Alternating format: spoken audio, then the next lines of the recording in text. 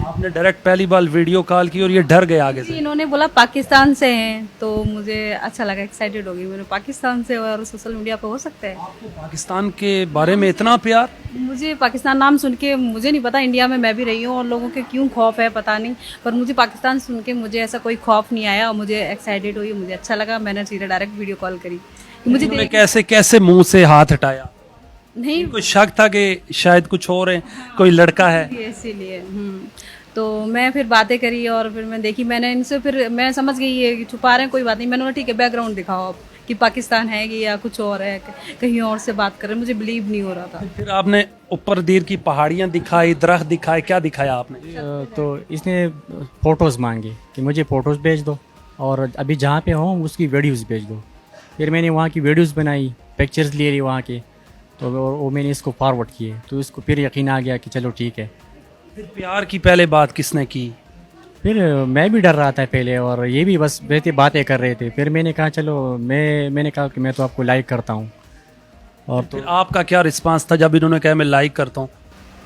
मेरा भी रिस्पॉन्स तो मुझे मतलब पता नहीं चला, पर मुझे इतना पता था, मुझे अच्छा लग रहा था इनसे बातचीत करना, और फिर ऐसी मतलब यकीनी तौर पर आपको इनकी आंखें पसंद आई हों? मैंने इनको इतना ज़्यादा देखा नहीं था, पर जो हम चैट पे बात कर रहे थे हमारी वाइब्रेशंस पहुंच गई थी।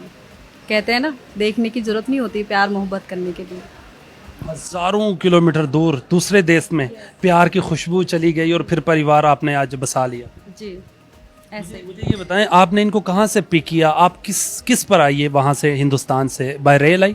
नहीं, ये वहाँ से बस के ज़रिए आई है अमृतसर से वाघा तक, और फिर उन्होंने वहाँ से टैक्सी की लाहौर, और लाहौर से इसने खुद ही बस में टिकट बुक करवाया। और आप लाहौर भी नहीं गए लेने? नहीं, हम सिर्फ पिंडी तक आए। इसने खुद ही बोला कि आप लाहौर ना आए और मैं पिंडी आ जाऊंगी खुद।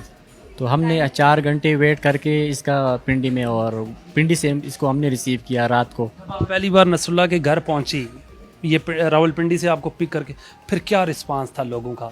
एक बार सारे शौक हो गए? शौक हो गए, और उसके बाद तो उस दिन से लेके अभी तक घर का माहौल जो ऐसा है, जो शादी का माहौल हो, हर दिन आना जाना पूरा फुल औरतों का। नसरुल्लाह पाकिस्तान में क्या काम करते हैं, और इससे पहले आपकी मंगनी वगैरह नहीं हुई थी? वैसे आपके इलाके में तो जल्दी शादी कर लेते हैं लोग। हाँ, जल्द कर लेते हैं, पर जॉब में पहले प्राइवेट टीचिंग करता था, और उसके बाद मैं एक मेडिकल फार्मास्यूटिकल कंपनी में आया। तो सबसे पहले तो मैं रशीद साहब का शुक्रिया अदा करता हूँ कि उन्होंने मुझे इतना टाइम और एक जॉब दी थी, और उसी के थ्रू मैं आगे बढ़ गया, क्योंकि मेरे पास टाइम भी बहुत कम था। वहाँ शादी जल्द कर लेते हैं, और मतलब ऐसे नहीं कि मुझे शादी की ऑफ़र ये सब कुछ नहीं आए थे।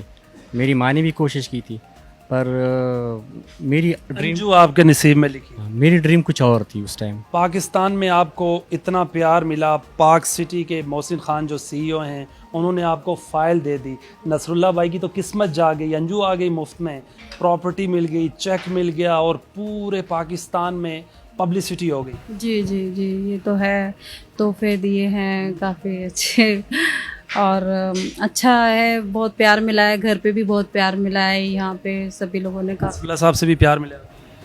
बहुत। प्रॉपर्टी टाइकून मेरे साथ मोहसिन खान साहब मौजूद हैं। इन्होंने अंजू को जाके फ़ाइल भी दी, 10 मरले का प्लॉट दिया अपनी सोसाइटी में, कुछ चेक की सूरत में पैसे भी दिए। मोहसिन साहब, मुझे ये बताएं, कैसे आपके जहन में ख्याल आया, और हिंदुस्तान की मीडिया में चर्चे, पाकिस्तान की मीडिया में चर्चे आपके? जी देखें, बुनियादी तौर पे तो ये है कि जब हमें पता चला कि हिंदुस्तान से एक लड़की ने ट्रैवल किया और बेइंतहा मुश्किलात के बाद वो पाकिस्तान आई, और पाकिस्तान का भी एक दूर दराज इलाका है दीर, वहाँ पे आई, तो ये उनकी इस कुर्बानी के पेश नज़र बाहैसियत एक मुसलमान के भाई के हमने कहा कि यार इस पे हमें कोई किरदार अदा करना चाहिए।